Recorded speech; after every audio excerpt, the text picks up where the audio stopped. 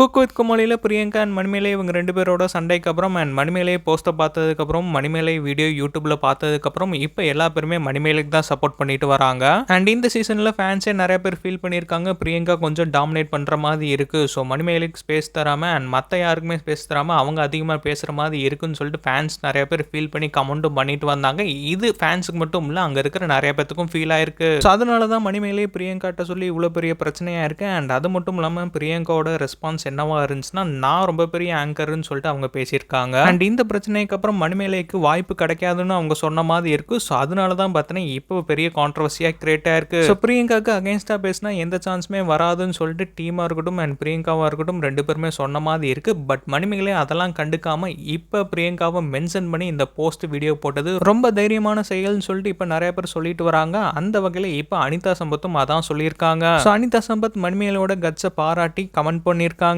So Priyanka பத்தி மணிமேகலை ஓப்பனா எல்லா பேர் முன்னாடியும் சொன்னது ரொம்ப தைரியமான செயல்னு சொல்லிட்டு எல்லா பேருமே பாராட்டிட்டு வராங்க.